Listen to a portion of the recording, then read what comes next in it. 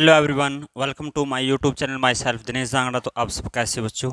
तो आज के ये क्लास 5वीं क्लास है और नंबर सिस्टम हमारा चला हुआ है। नंबर सिस्टम की लगभग 1 या 2 क्लास और होगी, तो इसमें हम कंप्लीट कर देंगे इसमें से।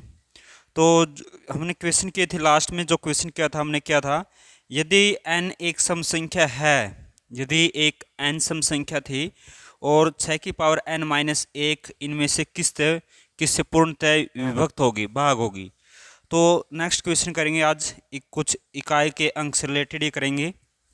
कुछ क्वेश्चन है, ये आपके पास है 2173, ठीक है, और इसकी पावर है यहाँ पर 37 लिखो। इसकी पावर है 753। कमेंट करके बताना इसका 1 होगा, बी का मान 3 होगा और सी का मान आपके पास 7 होगा और डी की वैल्यू आपके पास 9 होगी। नेक्स्ट है, एक है आपके पास 13 की पावर 2003, इसमें इकाई का अंक 7, फिर बी का मान 9, सी का मान आपके पास 6, ये 9 है, और डी का मान आपके पास है 1, ये था। और इसके बाद है 800, 400, 584 गुणा में 328 गुणा में 547 गुणा में 613 का इकाई का अंक। ये 3 क्वेश्चन है।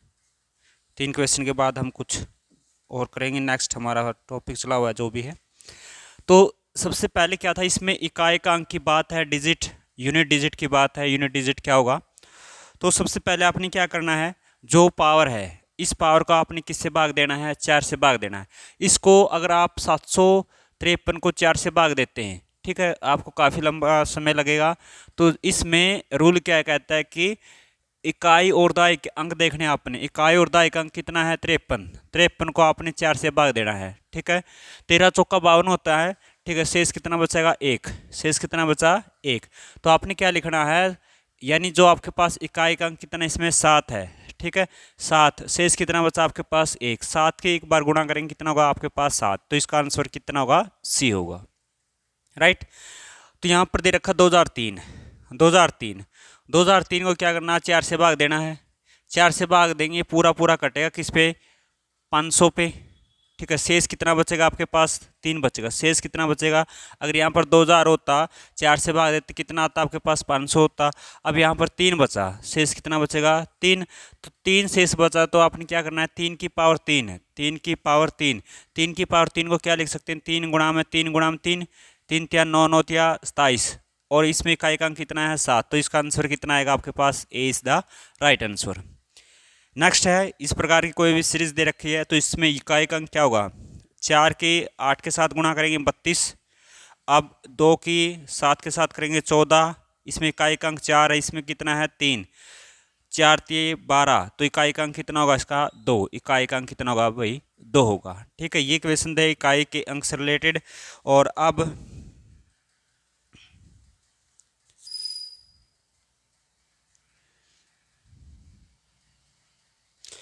सबसे छोटी अभाज्य संख्या कौन सी है, सबसे छोटी अभाज्य संख्या कौन सी है, हमने बताया भी थे पहले। सबसे छोटी अभाज्य संख्या कौन सी है, आपके पास 2। कौन सी है, 2 है।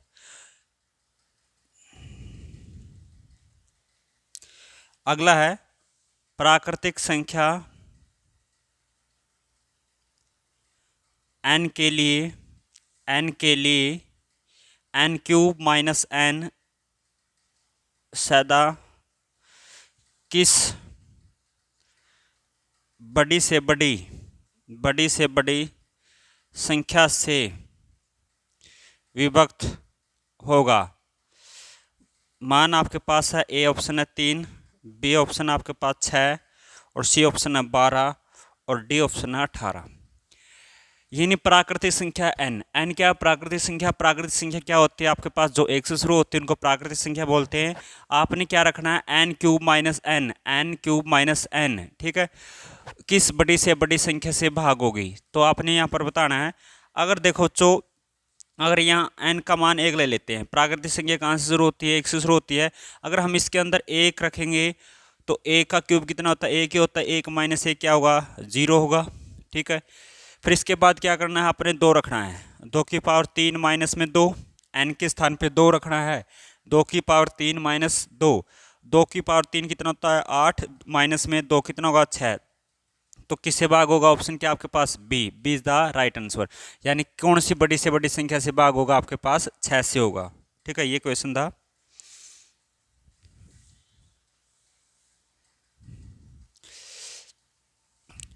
नेक्स्ट एक क्वेश्चन और है, यहाँ पर दे रखा है कि 1, 2, 3, 4 और 100, ठीक है, को परस्पर गुणा किया जाता है। परस्पर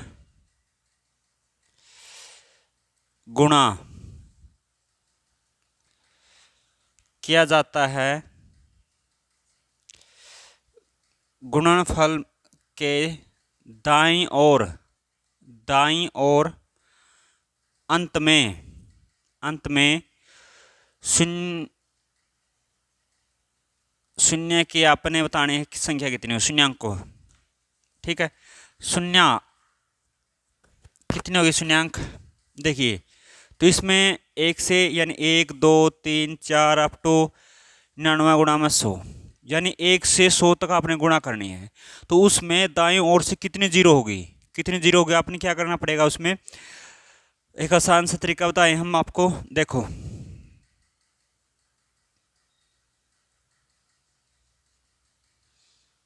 अगर हम 2 की 2 के साथ गुणा करेंगे 2, फिर कितना होता है? 6, फिर कितना होता है? 24। 24 के 5 के साथ गुणा करेंगे कितना होगा? 120। यानी आपके पास हर 5 अक्षर के बाद कितना आता है? 0 आता है। तो आपने क्या करना है? 100 को 5 से भाग देना है। 100 को किससे भाग देना है? 5 से। 100 को 5 से भाग देंगे कितना होगा? आपके पास 20 होगा। ठीक है, 20 को फिर 5 से फिर भाग देना है। 20 को फिर 5 से भाग देंगे कितना होगा? आपके पास 5 का 20। अब ये छोटा है, ठीक है, इससे भाग नहीं दे सकते। तो टोटल जीरो कितने होंगे? 24 रे कितना, सॉरी 20 और 4 24। तो इसके लास्ट में जीरो कितनी होगी? आपके पास 24 होगी। कितनी जीरो होगी? 24 होगी। ऑप्शन आपके दे रखे हैं, 24 दे रखा है, 22 दे रखा है, 21 दे रखे है और 11 दे रखा है। यानी जब भी हम 1 से 100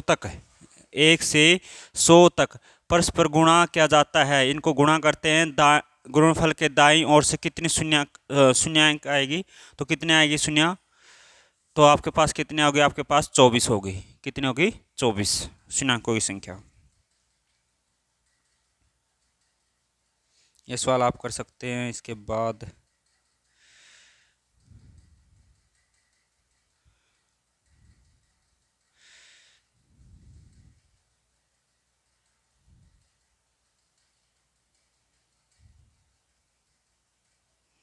नेक्स्ट क्वेश्चन है,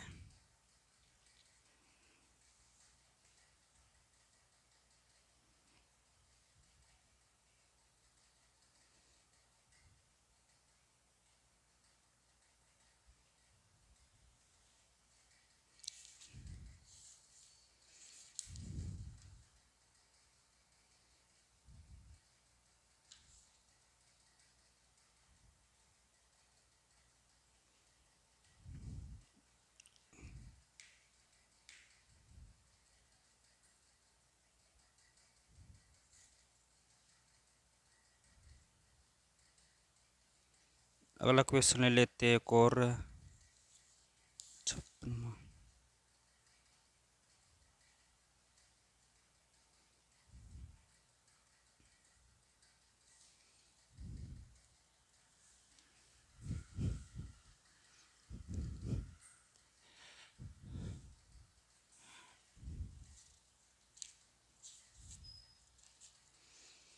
एक क्वेश्चन है आपका, एक संख्या को क्रमशः एक संख्या को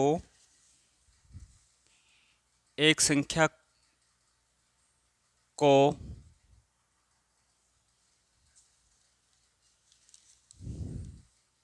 एक संख्या को क्रमशः 9, 11, 13 से विभक्त करने पर क्रमशः 8, 9, 8, 9, 8, शेष बचता है। तो इस प्रकार से विभाजकों को क्रम में उल्ट दिया जाए तो शेष क्या बचेगा। तो आपने बताना है कि एक संख्या है, इनको अगर आपने क्या करना है, एक संख्या को क्रम से 9, 11 और 13 से विभक्त करने पर शेष 8, 9, 8 बचता है। तो अगर इनको जो ये दे रखे आपके पास विभाजक दे रखे हैं, तो इनको अगर हम उल्ट दें, उल्टने का मतलब पहले 13 लिखे, फिर 11 लिखे, फिर 9 लिखे, तो फिर उसका आपके पास शेषफल कितना होगा। तो शेषफल कैसे करना भी देखिए, आपने इस तरीके से इसको बनाना है, आसान सा कराएंगे हम आपको, ठीक है। तो पहले 13 लिखना है, 13 से भाग देना, फिर 11 से भाग देना, फिर कितने से भाग देना, आपने 9 से भाग देना है, ठीक है। तो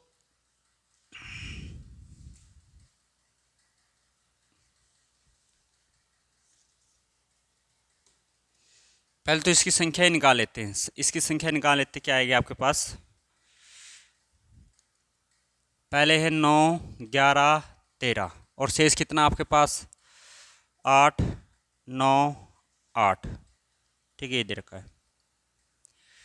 तो सबसे पहले देखो कि यहाँ पर 13 को भाग देते हैं तो आपके पास 8 शेष बचना चाहिए। कितना, 13 एकम 13 और 8 21 शेषफल जुड़ता है, कितना हुआ है यहाँ पर 21 होगा। फिर इसके बाद क्या किया आपने, 21 की 11 के साथ गुणा करनी है और इसमें 9 जोड़ना है। 21 की 11 के साथ हम गुणा करेंगे, कितना होगा 231, 231 में 9 जोड़ेंगे तो 240 होगा। अब इसके साथ करने, फिर ये ऐड करना अपने, इसकी गुणा करेंगे हम 240 की 9 के साथ करेंगे 0, 36, 18, 200, 2160, 2160 में 8 और जोड़ेंगे 2168, 2168 होगी। ये था इस प्रकार से, ये तो आया आपके पास 2168 इस तरीके से। तो आपने क्या करना, अब 13, 11, 9 से भाग देना है। तो क्या करना आपने, ये लिखा है यहाँ पर नंबर, ठीक है। जब भी हम 2168 को 13 से भाग देते हैं, कितने में चलेगा हम, 13 एकम 13 बचे कितना 8, 86, 13 से 78, फिर इसके बाद कितना बचेगा आपके पास 8, 7, 8 बचा, फिर इसके बाद फिर 6, फिर 78, तो शेष कितना बचेगा इसका 10 बचेगा। 166 को फिर 11 से भाग देना है, 11 एकम 11 बचे 5, 11 5 55, कितना बचेगा आपके पास शेष 1 बचेगा। फिर 9 से भाग देना, 9 एकम 9, तो शेष कितना बचेगा 6। तो संख्या पलटने में कितना शेषफल हुआ 10, 10, 1 और 6, शेषफल कितना बचा इसका 10, 1 और 6, ये थे। इसके बाद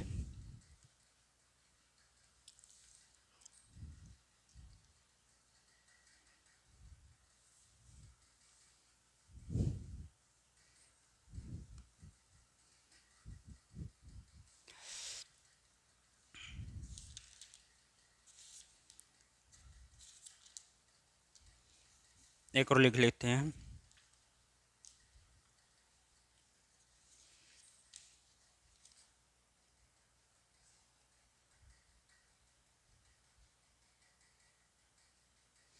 ये दे रखा आपके पास 17 का पावर 200 को 18 से भाग देने पर शेषफल क्या होगा। 17 की पावर 2000 को किससे भाग देना है 18 से, तो शेषफल कितना होगा। अगर इस तरीके से शेषफल कितना बचेगा, तो उस कंडीशन में क्या करना आपने, इसको तो 17 का स्क्वायर 17 की 2000 माइनस 1 कर लिख सकते हैं। और यहाँ पर 2000 तो यहाँ पर भी कोई फर्क नहीं पड़ेगा इसका, ठीक है। यहाँ से क्या होता है कि इसको हम इसी प्रकार भी लिख सकते हैं ना, ये आपके पास x की पावर n माइनस वाई की पावर n लिख सकते हैं। तो ये किससे भाग होता है, भाग होगा आपके पास x प्लस वाई से, x प्लस वाई से। ये आपके पास 17 है, माइनस में 1 है, ठीक है। यहाँ पर x कौन 17 है, y का मान कितना आपके पास 1, तो किससे भाग हुआ 18 से, तो भाग किससे देना है 18 से। तो यहाँ पर शेष कितना बचा आपका 1, तो इसका आंसर कितना होगा आपके पास 1 बचेगा। तो ये था आपके पास इस चैप्टर से